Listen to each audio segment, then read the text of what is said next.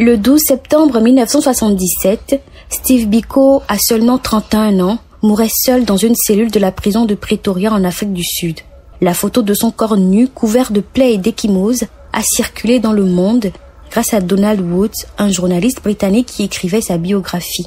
Steve Biko est né en 1946 et a grandi dans un climat de révolte. Expulsé du secondaire pour défiance, il a poursuivi ses études à l'université de Durban.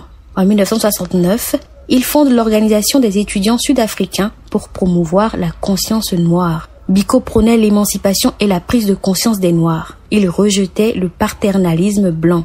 Son mouvement non violent, le Black Consciousness Movement, œuvrait à travers des projets éducatifs et sociaux.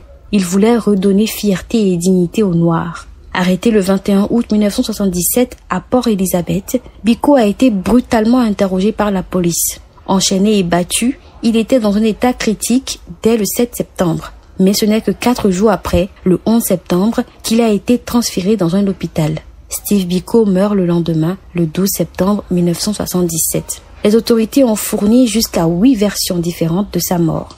L'assassinat de Biko a suscité une indignation internationale.